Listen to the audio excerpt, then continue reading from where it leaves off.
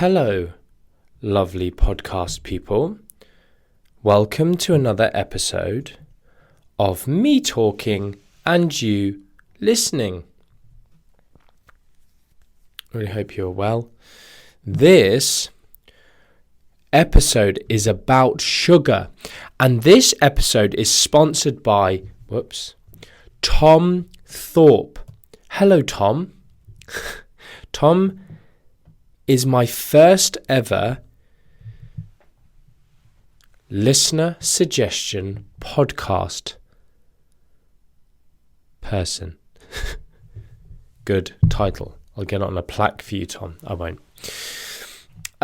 He used the form on my website, martin-mcdonald.com/NANP, not another nutrition podcast, to write a very good suggestion, and he put questions. He wrote me loads of questions to answer, and I then took those and combined them with a few other dotted questions that were on this suggestions form, and it's made for something that I think will be useful. So thank you, Tom. Sugar is obviously, and you know what, we're on about episode 20-ish now, and I had a little waning of motivation, not motivation with regards to the podcast, but actually it was probably not a waning, it was a stress, because I've just been doing it in such a lackadaisical way. Good word, you're welcome. Alexa, what does lackadaisical mean? The adjective lackadaisical is usually defined as without interest, vigor, or determination, listless, lethargic. For more, ask me to give you Alexa, definitions for stop. You're welcome, listeners. Lackadaisical. She said lackadaisical, but no, that's not how we're saying it. Anyway, and it was just because I put too much pressure on myself. I thought I'm going to need to start sticking in some references, this, that, and the other. That's not what this podcast is for. But actually, some of the questions that Tom has posed, they may be a bit too, they're a bit, not, this isn't an insult on you, Tom, boring. They're just like, what are the different types of sugar? That's mean. I'm sorry, Tom. But I just mean it's like, what are the different types of sugar and how are they different? And it's a good question. And I'm actually super genuinely thankful, Tom, for doing that. I shouldn't joke too much. But you know what I mean? It's like, there's how is it broken down? They're quite academic, I suppose, is what I'm saying. And it's a good chance for me to talk about the MN School of Nutrition, our layperson's course that's coming out, which has this foundation course, the kind of foundation module, the foundation course, which is,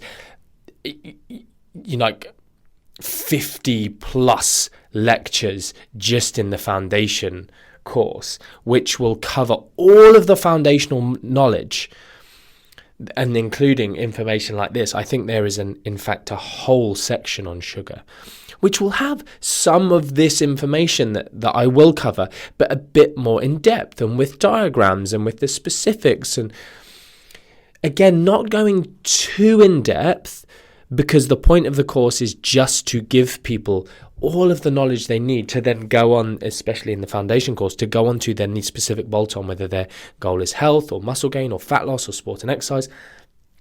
So we're only trying to give enough so that they can really understand all of those things and also not be misled by other stuff. One of the key things that I've always used as part of my teaching is teach people enough so that then they're not misled, and teach people enough so that they can then go and continue learning. Give them the tools to go and learn more, a little bit like the teach a man to fish rather than giving him a fish analogy.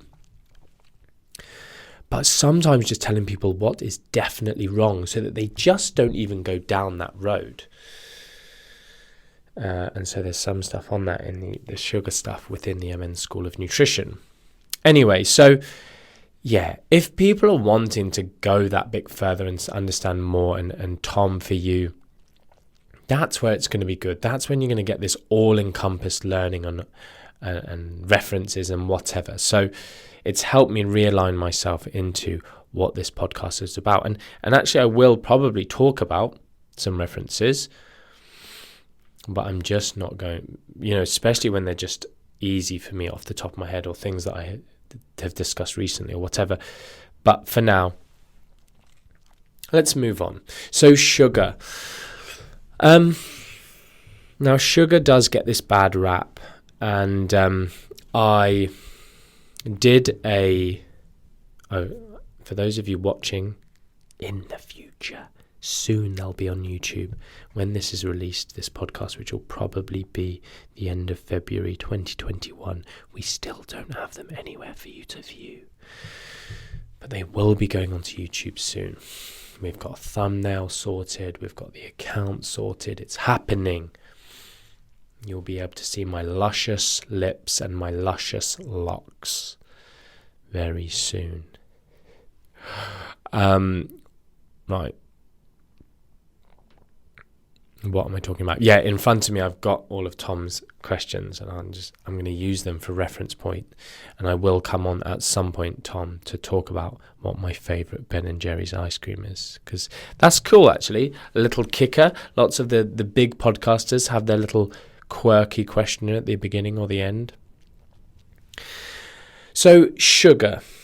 Now, recently I was actually talking about saturated fat. And I guess when people talk about fat in general, it can be super, super easy to demonize certain foods accidentally.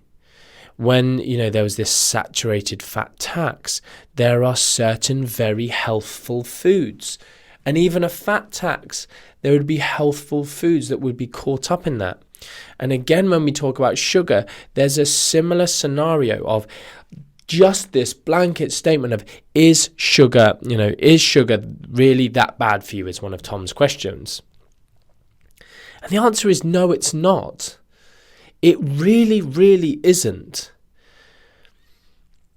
If we start from the concept of, lots of zealots these days are using paleo or evolutionary paradigms to make their cases, which I'm not completely adverse to.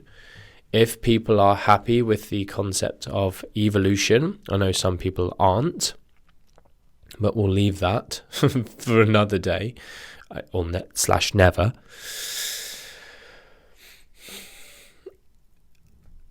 But if we are happy, this is bad, isn't it? But talking about creationists, I don't know if that's the word, but you've also just got this situation. This is a terrible, terrible road to go down, Martin. Shut your mouth. But essentially, man being created and given precedence over the animals to eat them, and therefore potentially being well suited and adapted to eat them and not become unhealthy because you ate them.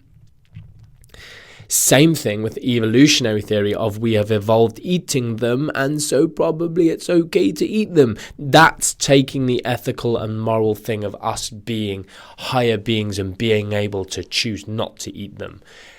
Oh my goodness, why do I do this? So let's carry on. Sugar and these paleo paradigms, these evolutionary paradigms, whatever, is a massive component of breast milk, just as is fat in breast milk. Protein's actually quite low in breast milk, which is quite funny. Lots of people are like, oh yeah, get the gains from the breast milk from protein. It's like, yeah, you're probably not. Anyway. So sugar is categorically not cause and effect bad for us. Here's a little tidbit or tidbit. I know which I like the sound of more. The only really cause and effect bad food stuff, I've said before, there's no bad foods, there are only bad diets. There's no bad foods, there aren't even bad meals, there are only bad diets. But when we talk about man-made trans fats, we know that they are really, really categorically not something we want to be eating. And of course, we can put up with a small amount of them with fairly negligible negative effects, but they're just not something we would ever want any of, and there's no particular reason to eat them. So anyway, sugar is not cause and effect bad for you. Now, as with many things, the dose, the poison, is in the dose. But likewise, sugar is a little bit like fat, in that sugar is not just a single thing. And I think one of Tom's other questions was, how much sugar per day is the recommended amount? Now, the other thing is, Tom, I'm so uber world famous that the recommended amount differs by different country. So I would have to go through all of the many, many, many countries that I have. Anyway, I'll stop with that joke. But it differs by different country. And also, the key thing here that I want to say with this is I'm not a big fan, really, of like public health recommendations are public health recommendations. But as soon as someone takes that step to follow someone like me on Instagram or listen to me on a podcast, you are leveling up to a level that is far beyond public health guidelines. And you can start to gain some understanding that makes you able to put certain guidelines more into context. So again, when you start doing lots and lots of exercise, the game changes on a lot of public health messages, for instance. One of those being sugar, one of those perhaps being salt, for instance. Things change. And so this recommended amount, the key thing I want to say here is when we talk about sugars, often I feel like a lot more needs to be done to discuss added sugars, because there's this big issue when people start demonizing sugar, you start to get people demonizing fruit, which is a really slippery slope to negative health consequences of dietary dogma. So yes, adding, and then there's this discussion, well, does your body know the difference between sugar from honey versus table sugar, etc., etc.? And this other, what's the different types of sugar? And we have our monosaccharides, single sugars, like your glucose and your fructose being the kind of poster sugar for fruit. But fruit also contains glucose. And we have other sugars, disaccharides, two sugars, galactose. Lactose is the other one, your milk sugar. And yogurt being a food stuff that is of particular interest and maybe has some health benefits, and there's all these discussions about probiotic foods and how fermented foods and fermented yogurts might have some uniquely positive benefits to health. Anyway, so we go down a slippery slope when we start talking about sugar being bad for people, etc., etc. And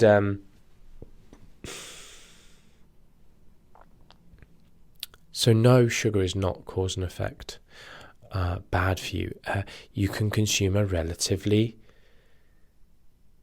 again, large, what's it relative to? So I won't really say that, but I was going to start discussing weight loss, but I won't do that just yet. So with regards to health, if you're consuming a lot of sugar from fruit, it's probably not going to cause you major dietary issues. If that fruit is then satiating you, and you are, in the context of people who eat lots of fruit and lots of their carbohydrate comes from fruit, they don't particularly like rice or potatoes or whatever, and they are eating a lot of their carbohydrate and energy from fruit, and they, and then have other dietary variety that's making their diet balanced and meeting micronutrients, macronutrient needs, etc.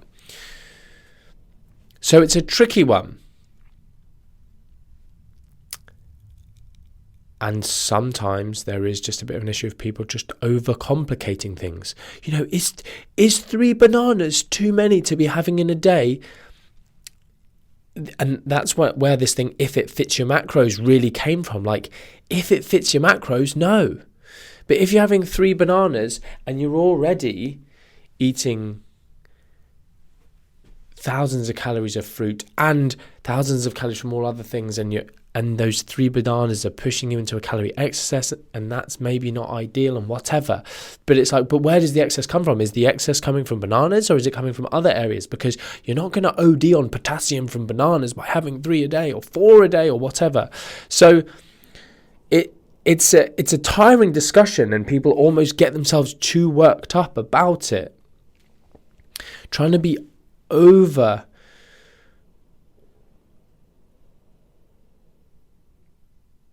specific on where the exact line lies with what's too much or not enough, etc., etc. Those things don't really exist. So I'm sure I pressed record. I was just going to go around and double check I had. Do you know what? I'm just going to have to. Sorry. Give me 1 little minute. Yes, I did. And we're on 17 minutes. Whoops.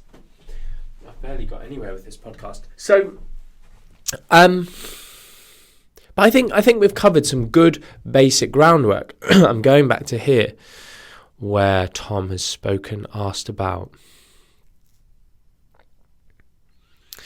should I avoid products with reduced fat because they add sugar instead? That was the thing that was inside my head when I was saying about stuff of these added sugars. This is where maybe we need to turn some of our attention to, in terms of not with overly critical or over analysis of that, but just understanding that yes, some food products. So and this is a shame, and this is where I sort of lose a lot of respect for registered nutritionists and working in food industry. And we're going to do this action on sugar, and we're going to make food companies reduce the sugar content of XYZ. And then you get, various different things coming out. And one particular instance where myself and the team attended some talks, and food industry talk, and they were like, yeah, we've reduced the sugar by 5% in this cereal, and they've just flashed it. And I think it was actually Amy, one of my staff, was like, did you see the nutritional thing? I think I was on my phone at the time because I was bored. And she said, all they've done, they've reduced the sugar, by a small percent, but they've increased the fat content of the cereal, and overall the calories have gone up. So it's just what, I use this term often, this health halo, straight away. This many percent less sugar, therefore it's healthy. And is it? They've just added more processed ingredients, and calories actually overall have gone up. And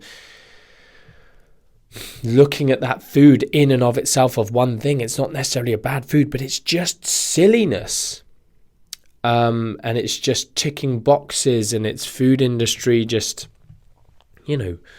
sticking to the latest fad guideline by silly health ministers and silly nutrition professionals who just don't get critical thinking and don't get the bigger picture. So Should I avoid products with reduced fat because they add sugar instead? Well, no, they don't always. Like Dr. Asi Malhotra, a very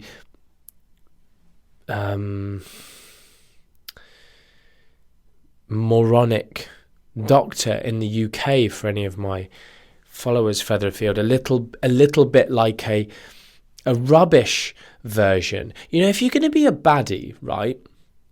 You want to be a good baddie.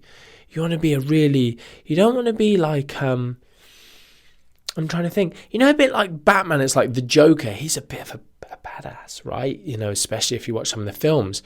You don't want to be Penguin. You're like a penguin. You're not cool. You're not dark. You're mysterious. You're a penguin. And you haven't got any superpowers or anything cool. You're just a penguin with a silly laugh. And I guess that wasn't the best analogy. I just couldn't think of a really rubbish baddie. And I'm sure, again, as usual, you're all shouting at me, oh, what about... So all I can think is like Batman and Robin. Like, you want to be Batman, not Robin, right? In terms of superheroes, like, you don't want to be Aquaman. Although the actor who plays Aquaman, he's a badass, isn't he? Jason, whatever. He's super cool, huh? But you don't want to be him. You want to be someone cool. Who's a rubbish baddie? I can't think. Anyway, go to Instagram. Go and find the post about this. I tend to do my post on Instagram for this on a Saturday morning, just so you know. Sometimes I release these podcasts on a Thursday, so you might have to wait till the Saturday. But go and tell me who a baddie is that I should have said. Anyway, Malhotra is like the penguin to Mark Hyman, the Joker. Anyway, so if you're going to be a charlatan and make up lies and push dogma and, you know, push people toward disordered eating and food fear, etc., at least do it well. Don't just be the rubbish one. I don't know if I'm sending out a good message there, because really you want to be a baddie. That's what we want, is people who fail at being bad, isn't it? It's a bit like the Ricky Gervais joke, which I'm not actually going to say. I'll move on.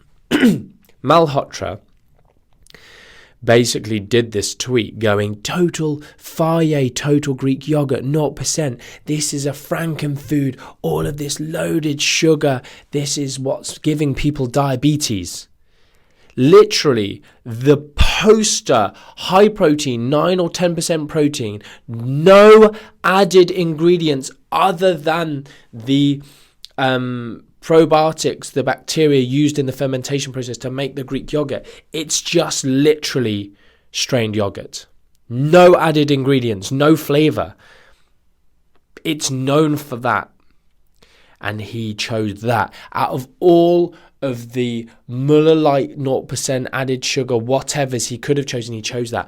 And, you know, he's just a dummy, to be honest. And he's just in it for fame, and he's a low-carb zealot, if you're not aware, him and all of his cronies, and it's really sad.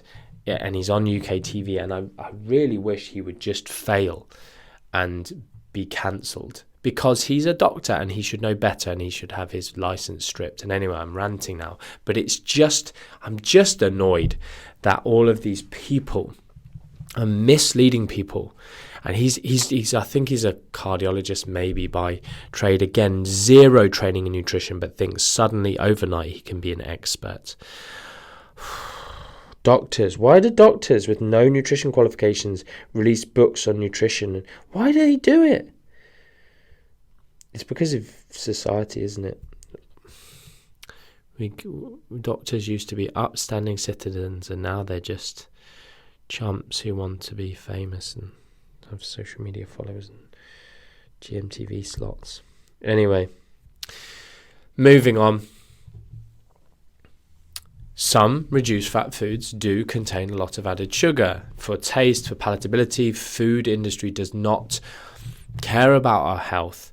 They want to jump through hoops, and while still making us buy their products because they want them to taste good, etc. It's a bit like the Pringles one. Anyway, I'm not going to go there. Moving on. Sugar. Hopefully you've learned some stuff, even some people to never listen to if you see them on TV. How is sugar broken down and stored by the body? And this is a good question, actually, because I did. This is where I'm going to talk just briefly. And actually, I'm going to do a second part to this, talking about sugar addiction, maybe. And as a coach, how to change people's mindset towards sugar was another one of Tom's questions. Why does there seem to be a massive stigma towards sugar? So I'll talk about this stigma. This stigma has come from the fact that added sugar and the sugar industry and the lobbying, this is where there is bad stuff and where zealots gain, and dietetics associations being in bed with the Sugar Bureau, the Sugar Association, these lobbying bodies for sugar to promote the consumption of sugar to make money. And we know it's not something we particularly want to eat a huge amount of. It is relatively and, distinctly nutrient sparse. It just provides us with very, tasty, inexpensive source of calories and something that we don't want to be consuming a huge amount of, which is why we come onto the subject of things like sugar-sweetened beverages. That, again, are really something we want to limit the consumption of. They are not part of what anyone would deem to be an optimal diet. The optimal diet doesn't really exist. We can exist on a very wide range of macronutrients and foodstuffs and food types, but no diet that would ever be deemed to be something that looked like optimal would contain a large amount, and even really a small amount, again, outside of simply someone expending an extreme amount of calories just needing to get energy in and maybe consuming that from sugar because it's the easiest, a very easy source of calories that's not very filling at all. So someone who's struggling to get enough calories, we might want to look at sugar. Yes, in care settings, we might want to have a high amount of sugar to encourage the consumption of calories. But we're not talking about specific clinical situations. In the very elderly, very frail cancer situations, we're not talking about those. So, why has it got this stigma? Well, because it's been aggressively marketed, and because it does taste good. And also there's this idea of, oh my goodness, and in fact, I'm not going to go there. We'll talk about the whole sugar addiction and whatever in part 2.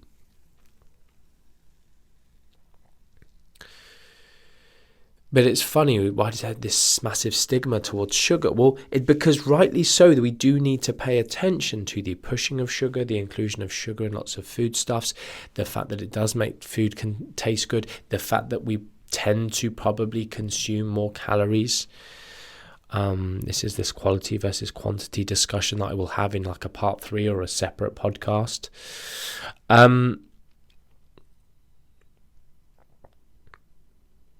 So how is sugar broken down and stored in the body? Well, then we start getting this discussion. Again, does the body know? I'll go back to that. This, honey versus whatever, table sugar. It's the difference between, well, if we're talking the body knowing difference between a white powder and, in the form of sugar, of course, and an apple. Well, it's the difference of the fact that an apple contains other stuff. And we still, hopefully people are aware of this. I mean, like sometimes nutrition's simple. Why do you try to overcomplicate it? Well, there are many elements of simplicity within nutrition, but it's also very complex. And some people acting like we know everything. Like, we can talk just about foods and the types of foods you should eat. Yeah, great. It's pretty simple, but there is also a wide variety. There's also some interesting conundrums out there. But there's still a lot for us to learn with regards to bioactive components of food. That we talk about vitamins and minerals like that's it. There's also these other bioactive components. There's also like the matrix of the way foods are, and the fact that we have the same macros and the same fatty acids in foods, but they act very differently depending on the type of food. We're learning more about that.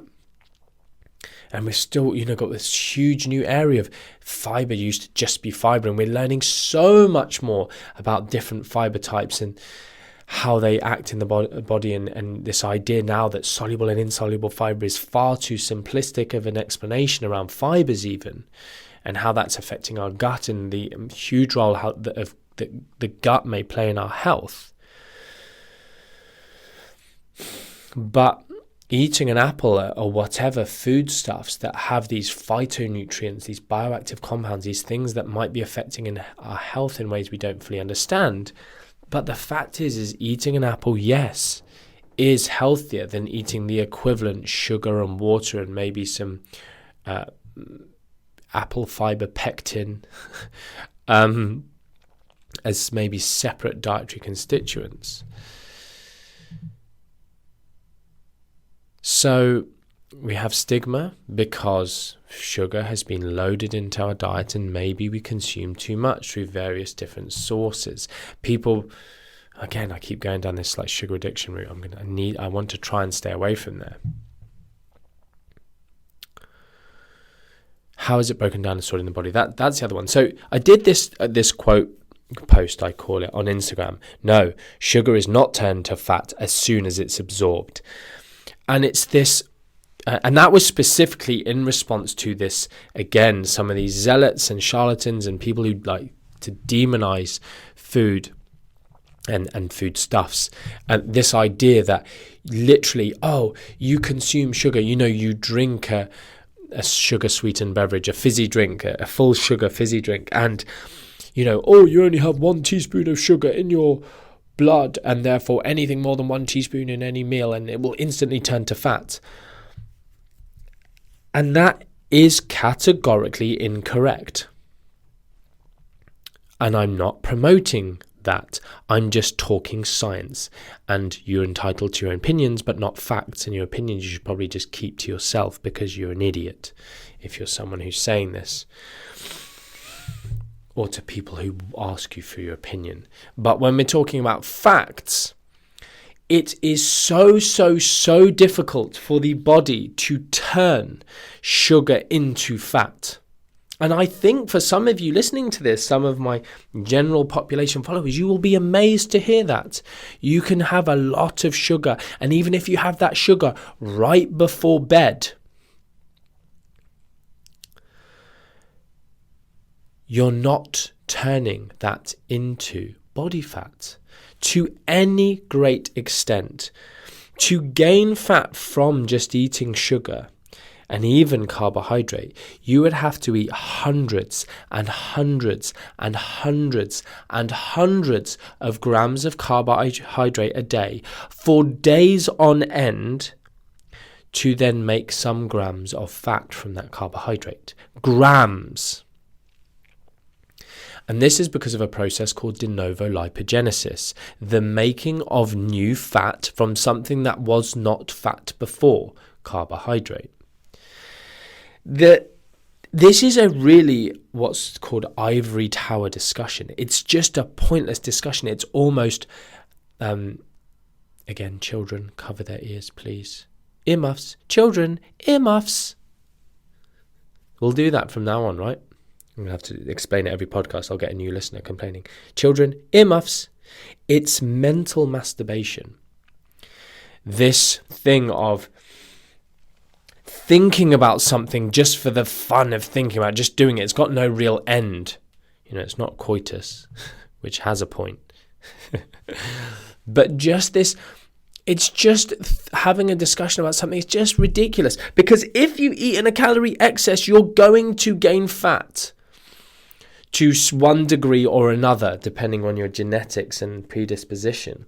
But you're in an excess for an extended period of time, you're going to gain fat. Now, it's just the fact that where that body fat comes from will be your body turning your dietary fat into body fat. Because what happens, and this is kind of this question, is what happens when you eat sugar or carbohydrate is you store and burn more carbohydrate. When we release that hormone insulin, which everyone has heard of and is an expert on apparently, it tells the body it's a fuel selection hormone and a storage hormone. So it says to your body, we have lots of carbohydrate, which then appears in our blood and is broken down into these sugars. And it says to the body, having too much of this sugar in our blood is bad for us. When we aren't able to regulate, in the instance of things like diabetes, you get things like diabetic retinopathy. That's when you see people going blind. You have people getting gangrene on their toes. These things happen when people have consistently elevated blood sugar levels.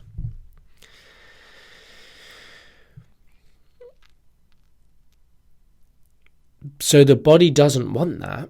And when the body's working, it goes, right, burn that sugar for fuel to get rid of it and bring those levels down, and store it. Push it into your muscles and your liver. Then when you eat fat, whether that's from, avocados or nuts or, your grass-fed salmon or any of these foods, it's still going to be stored as body fat, adipose tissue. And that's where the fat comes from. It's not from those carbohydrates. So it doesn't matter, because a calorie excess is all that matters. But then you get these situations. I remember on Twitter, this is probably going back about 10 years. And yes, I hold a grudge. No, I don't. Just have a good memory. But this guy who had a PhD in biochemistry, and this is when I was big, I say big on Twitter, not big, 10,000 followers, whatever. But when I was big, as in spent too much time on Twitter, like I now spend too much time on Instagram. And this guy, PhD in biochemistry, was like, yeah, if you eat too much sugar, you'll gain fat. And I said, well, yeah, but if you're in a calorie excess. And he said, no, you could eat 500 calories a day. If it all came from sugar, that's too much sugar, you'll gain fat. And I was like, are you kidding me? And we went back and forth, and I explained it to him. And it was really interesting because fair play to him, he admitted that he was wrong, and he kind of had a bit of an awakening. I was like, oh yeah, sheesh. And he had posted some diagram, and he basically went, oh yeah, I'm wrong. Wow, geez. You can't eat 500 calories a day, no matter, maybe if you're weigh 5 kilos, 2 kilos. No adult is eating 500 calories a day and gaining fat just because it's from sugar. That's not how it works. Even if you're eating 1,000, 2,000 calories a day, if you're not in a calorie excess, you're not gaining adipose tissue. You need to be in a calorie excess for that to happen. And even then, it's difficult to do it from carbohydrate. And then that takes people into these stupid discussions. Oh, Martin, if I was to eat 99% carbohydrate and 1% protein and no fat, and then I went into calorie excess, who cares? Stop mentally masturbating. Right, where were we? It doesn't immediately get turned to body fat. That is not a thing. And then finally, I haven't written it down actually, but oh yes, I have. So there's this goon with 1 million followers on Instagram, Morelli, someone or other. And he's got 1 million followers, but he gets like about 32 likes. So I imagine most of them are bought, or the people who follow him don't really like him. They just follow him because he says silly things. And I wish everyone would just unfollow these people. Anyway, loads of people sent me this thing. And he basically said, look, when people are gaining body fat, all of these science guys will jump and go, it's the calories, but it's not. It's the sugar. So again, I did some stuff to re-educate him on that. And it's just not the case. But, and maybe, yes, this will be what's the discussion in the quality versus quantity discussion. is around, sugar calories. But not just sugar calories, but when we're not counting calories, but a lot of our calories or food is high in sugar. And what happens? So I'm going to leave it there. So tune in for part 2 or 3 or whatever, some discussions around quality versus quantity, some more discussion about weight loss whilst consuming sugar. I'll put that in there because I don't know if Tom asked anything about that, but we'll talk about sugar addiction and